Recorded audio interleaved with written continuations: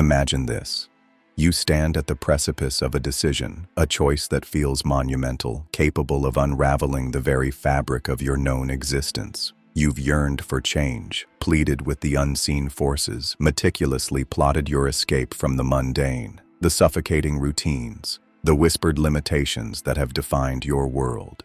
You've visualized, affirmed, meditated, and journaled, carving out a meticulous blueprint for a new reality, a bolder, brighter, utterly transformed existence.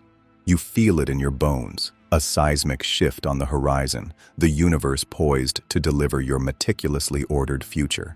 But then, a chilling whisper slithers into your consciousness, a question so profoundly unsettling that it cracks open the foundations of your certainty. What if the universe isn't simply a benevolent cosmic waiter, ready to serve your predefined order? What if, before it reshapes the very ground beneath your feet, it first examines you? Not your desires, not your affirmations, but the raw, unvarnished essence of who you are, what you truly believe, and the hidden contracts you've unconsciously signed with your own limitations. Consider the profound paradox we inhabit. We clamor for transformation, yet cling fiercely to the comfort of our suffering. We profess a desire for boundless freedom while simultaneously building invisible prisons with our fears and doubts. We declare our readiness for abundance, but hoard scarcity in our subconscious narratives. This isn't about mere hypocrisy. It's about a deeper, more insidious conflict within the human psyche, a silent battle waged between the conscious self that articulates grand visions and the subterranean self that secretly sabotages them. Have you ever noticed how, just as you stand on the cusp of a breakthrough, a new relationship, a career leap, a creative surge, an inexplicable resistance emerges? A wave of self-doubt, an external obstacle that feels custom-designed to derail you, an echo from your past that suddenly demands attention. It feels like a test, doesn't it? As if an unseen intelligence is probing the very authenticity of your yearning, scrutinizing the depth of your conviction. Why does the path to our greatest desires so often demand a crucible of fire, a gauntlet of trials that strip away everything but our core resolve? Is it simply random cosmic noise, or is there an intelligent feedback loop, a universal mechanism that ensures our inner landscape aligns with the outer reality we claim to crave? Could it be that the universe, in its infinite wisdom, understands that true, lasting change isn't about external circumstances shifting to match a superficial wish, but about an internal metamorphosis that earns the new reality? What if the examination isn't a judgment, but a calibration, a necessary alignment where your energy, your beliefs, your unspoken truths, and your deepest fears are brought into stark, unavoidable confrontation with the reality you're attempting to manifest? Could the universe be a relentless mirror, reflecting not what you say you want, but what you are, in the deepest, most unfiltered chambers of your being? This isn't just about manifesting a new car or a bigger house. This is about the fundamental restructuring of your world, the kind of profound shift that alters your identity at its root. And for such a shift to endure, for it to truly become your new normal, what unseen conditions must first be met within the crucible of your own consciousness? How deeply must you truly know yourself before the universe deems you ready to rewrite the very script of your existence? The answer lies not in what you've been told, but in what you've refused to see. And the unseen forces at play are far more intricate and far more demanding than you could ever imagine. The great cosmic examination you face is not an external judgment passed down from some celestial throne. The hidden problem, the source of this profound and often agonizing friction, lies infinitely closer to home. It is the fundamental schism within you, the gaping chasm between the conscious self that dreams and the subconscious self that believes. This is not a flaw in the universe's design. It is the central, defining conflict of human existence, a truth that philosophers and psychologists have grappled with for centuries. To understand this, you must first venture into the shadows. Carl Jung called it the shadow self, the vast unlit repository of everything you have disowned, repressed, and refused to acknowledge about yourself.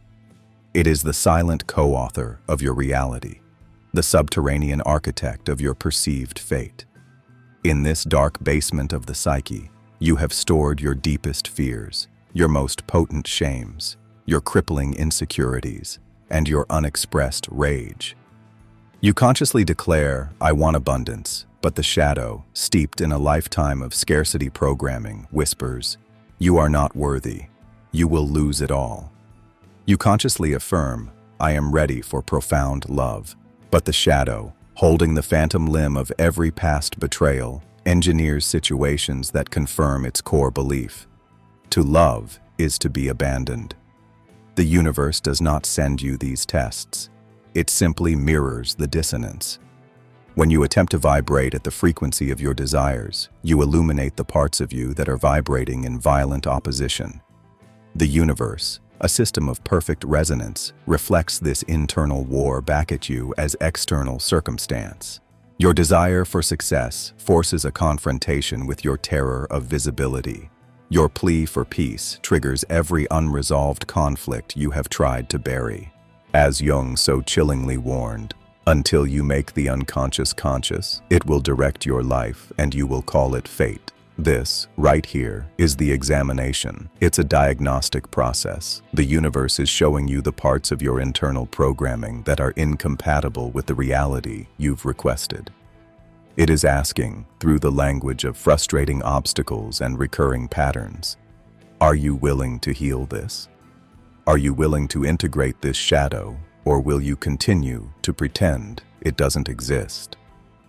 This psychological schism is reinforced by a profound philosophical challenge, one articulated by thinkers like Friedrich Nietzsche.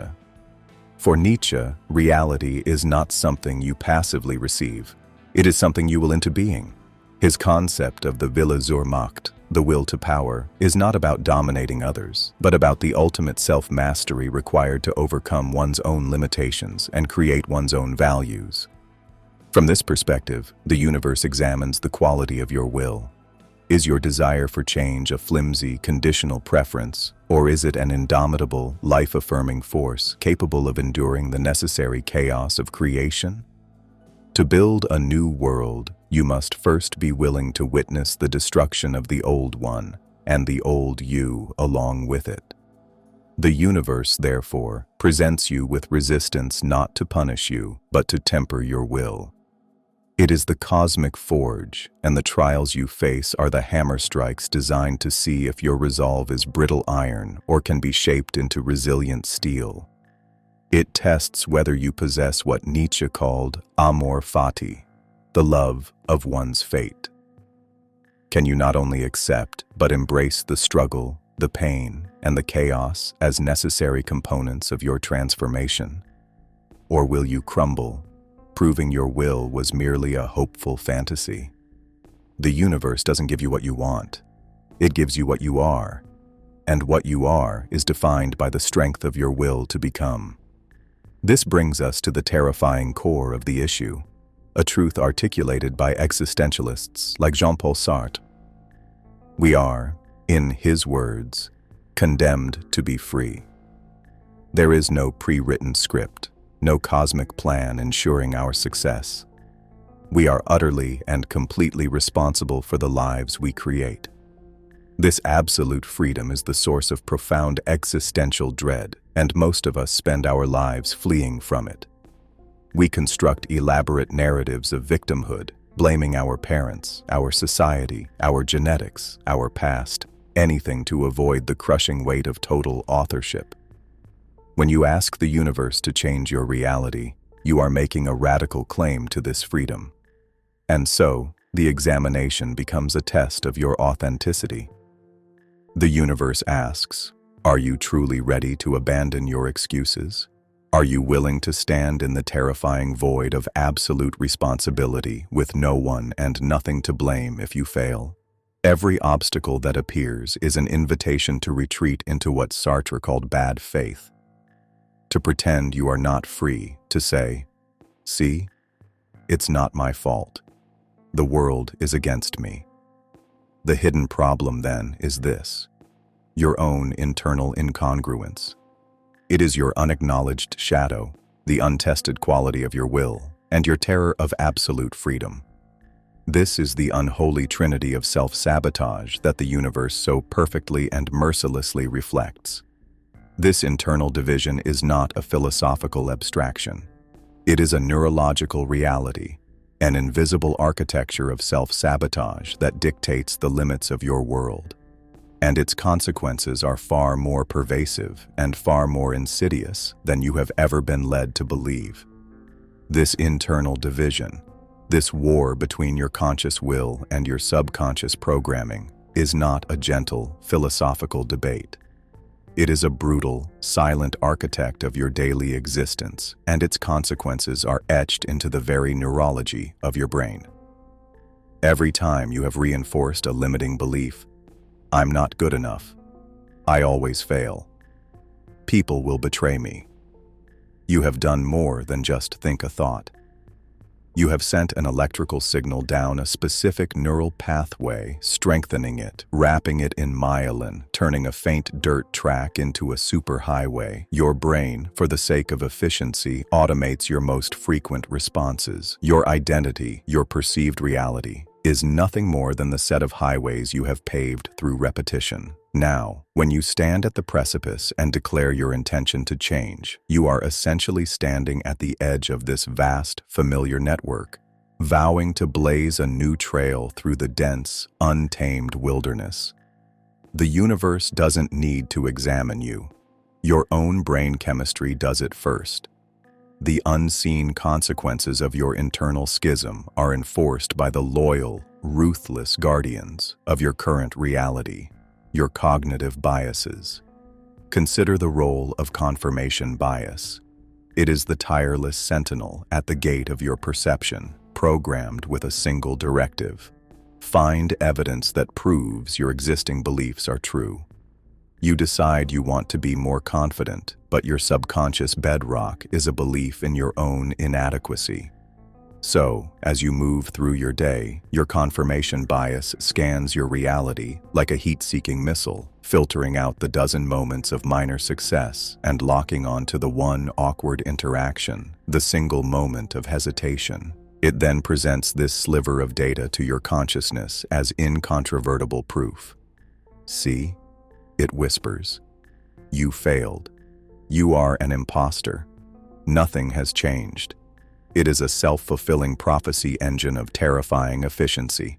Then there is the negativity bias, the ancient survival mechanism that hardwires your brain to fixate on threats. Your desire for a new reality, a new business, a new love, a new state of being is, to your primitive brainstem, the ultimate threat. It represents the unknown, a deviation from the familiar misery that has, at the very least, kept you alive. As a result, this bias magnifies every potential risk and diminishes every potential reward. A minor setback becomes a catastrophe. A constructive criticism becomes a devastating personal attack. The path to your dream is suddenly littered with imagined lions and tigers, and your nervous system screams at you to retreat to the safety of the cave you so desperately wish to escape. Perhaps the most insidious guardian is the force of cognitive dissonance. When your new actions, applying for the ambitious job, are in direct conflict with your old beliefs, "I am not qualified," your mind experiences a state of intense psychological stress. It must resolve this conflict, and the path of least resistance is almost never to uproot the ancient, deeply embedded belief. It is far easier to sabotage the new action.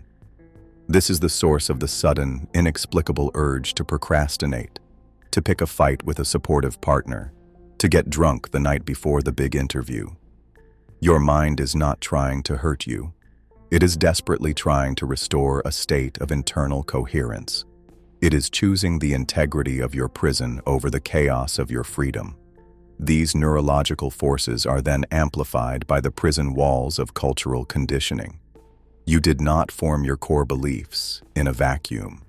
They were handed to you by your family, your education, your society.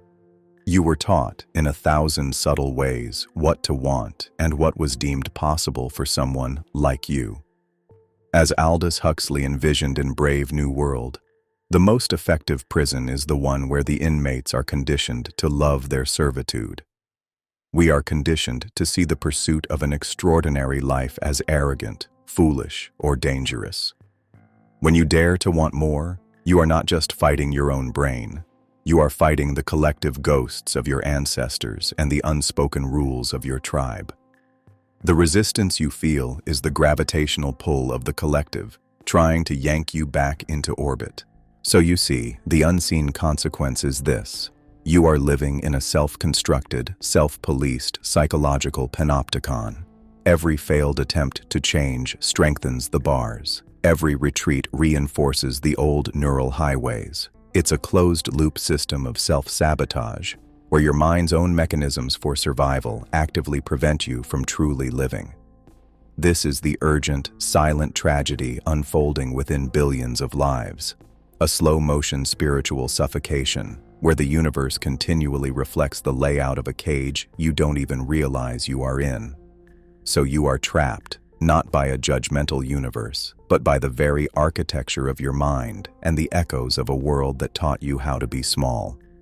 The examination is a reflection of this cage. But what if the cage door has been unlocked the entire time? What if the rebellion against this tyranny requires not a sledgehammer, but a key you already hold? The rebellion you must wage is not against the universe, for you cannot fight a mirror. It is not a war against the obstacles, for they are merely symptoms. The true, radical rebellion is an inside job. It begins with the realization that the key you hold is not a weapon to smash the cage, but a lens to see it for what it truly is. The ultimate act of breaking free is to stop trying to pass the examination. Instead, you must become the examiner. This is the radical shift in perspective that changes everything. You have been operating under the assumption that you are the subject, the frightened student sweating under the gaze of a cosmic proctor. This is the perspective of a victim. The rebellion begins when you stand up, walk to the front of the room, and take the examiner's seat. From this moment on, every challenge, every wave of anxiety, every act of self-sabotage, and every external frustration is no longer an attack. It is data. It is a message from the deepest, most hidden part of yourself, bubbling to the surface for inspection. When the universe presents you with a familiar obstacle, the business deal that inexplicably sours, the promising relationship that suddenly echoes with old wounds, your conditioned response is, "Why is this happening to me?" This question is a prison. The rebellious question is, what is this trying to show me?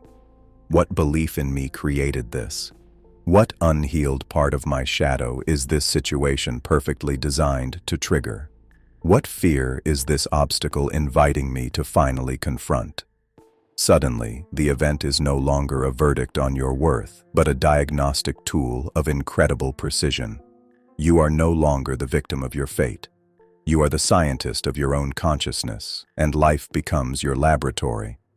This is where you reclaim your power, in the sacred space that Viktor Frankl, a survivor of the Holocaust, identified as the last of the human freedoms.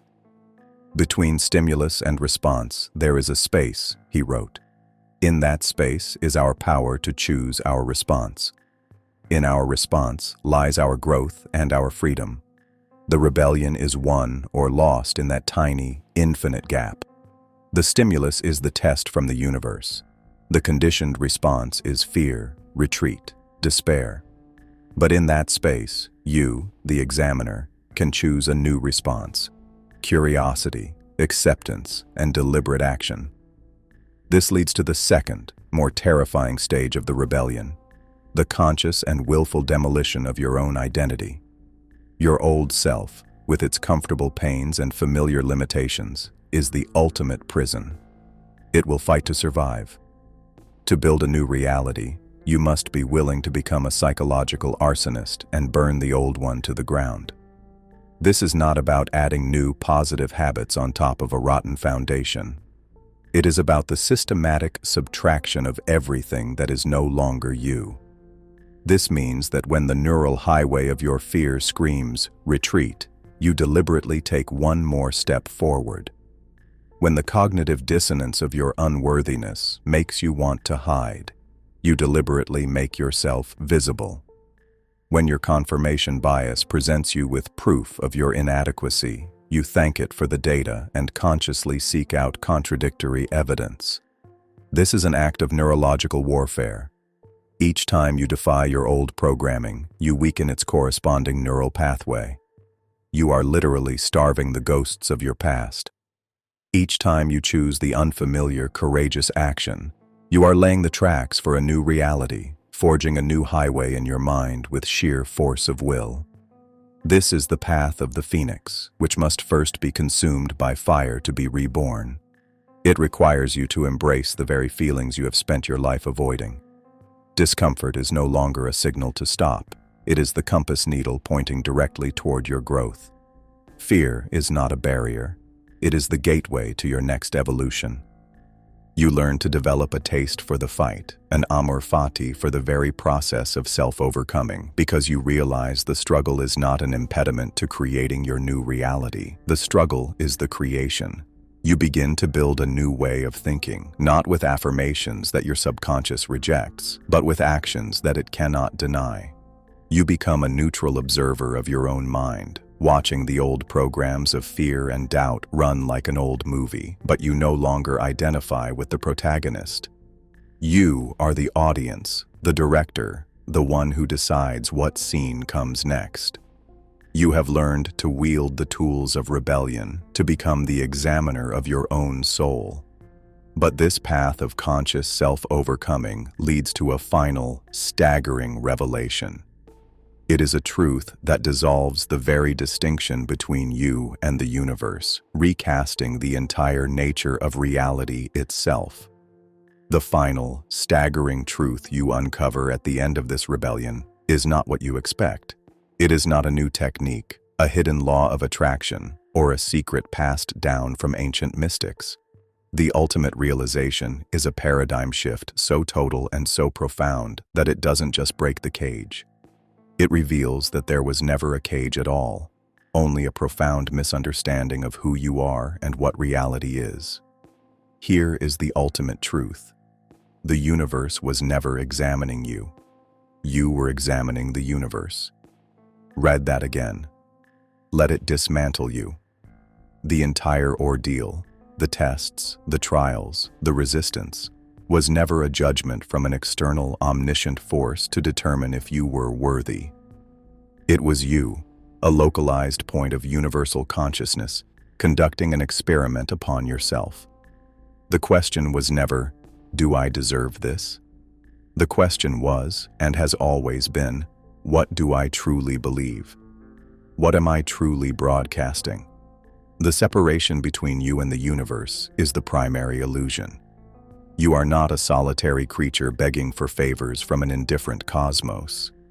You are a fractal of that cosmos, a co-creator endowed with the same creative essence. The universe is not a sentient judge. It is a flawless, impartial mirror. It is the quantum canvas, and your consciousness, the sum total of your light and your shadow, your will and your fear, your conscious desires and your subconscious convictions, is the brush. The reality you experience is simply the painting you have been creating with every stroke of thought, belief, and emotion. The examination was you, the artist, stepping back from the canvas and being forced to look at what you had unconsciously painted. The recurring patterns, the painful loops, the frustrating obstacles, they were not punishments. They were your own brushstrokes reflected back at you with perfect fidelity. The universe was not testing you, it was revealing you to yourself. It was an act of profound, impersonal love, a feedback mechanism of absolute precision. Each moment of friction was the universe, as you, highlighting a contradiction in your own transmission. It was saying, "Here. This belief of unworthiness is distorting the reality you claim to want. Look at it. Feel it. Are you ready to release it? Are you ready to paint something new?" Suddenly, all your past struggles are illuminated with a new, sacred meaning. Every failure was a lesson in belief. Every heartbreak was a masterclass in self-love. Every moment of despair was an invitation to discover a strength you did not know you possessed. The pain was not a sign that you were doing something wrong. It was the friction that proved you were engaged in the sacred work of creation. It was the resistance of the marble, as you, the sculptor, chipped away everything that was not the masterpiece. With this truth, the rebellion transforms from a fight into a dance. You stop wrestling with reality and you begin to harmonize with it. You realize your power lies not in forcing the world to change, but in achieving a state of profound internal coherence. The work is no longer about struggling to get something. It is about relentlessly, joyfully becoming the person who is the natural vibrational match for that reality. You align your thoughts, your words, your emotions, and your actions until they all sing the same, single, unwavering note. When you reach this state of being, the world has no choice but to rearrange itself around you. It is no longer a miracle. It is a law of cosmic physics. It is the effortless certainty of a tuning fork vibrating at a specific pitch, causing another to resonate in perfect harmony. The change you sought so desperately on the outside appears as a natural, inevitable echo of the coherence you have finally cultivated on the inside. You are not a victim of circumstance. You are not a supplicant praying to the gods. You are the artist and the art, the examiner and the examined, the dreamer and the dream. The great cosmic test was a self-imposed initiation, a curriculum of your own design to awaken you to the terrifying, magnificent, and absolute nature of your own creative power.